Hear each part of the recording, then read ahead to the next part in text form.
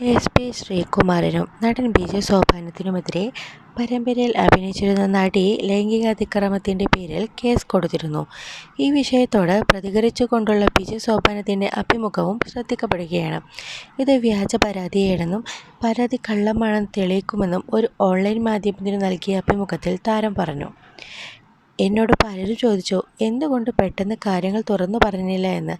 30 വർഷം മുമ്പ് ആരംഭിച്ച കലാജീവിതമാണ് എൻ്റേത്.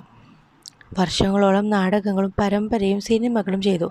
എൻ്റെ കലാജീവിതത്തിലും വ്യക്തിജീവിതത്തിലും ഇതുപോലൊരു ആരോപണം ഉണ്ടായിട്ടില്ല. പൊട്ടിക്കരഞ്ഞുകൊണ്ട് എനിക്ക് സംസാരിക്കാനാകില്ല. അതിൻ്റെ അർത്ഥം വിഷമമില്ല എന്നല്ല. എൻ്റെ ഭാര്യയ്ക്കും മക്കൾക്കുമൊക്കെ ഈ സംഭവം വിഷമമുണ്ടാക്കി. മകൾ കോളേജിലാണ് പഠിക്കുന്നത്. അതൊരു നല്ല കോളേജ് ആയതുകൊണ്ട് ഇതേക്കുറിച്ചൊന്നും ആരും അവളോട് ചോദിച്ചിട്ടില്ല എന്നാണ് Biju Sopanam on to talk എന്ന യൂട്യൂബ് ചാനലിനോട് പറഞ്ഞത്.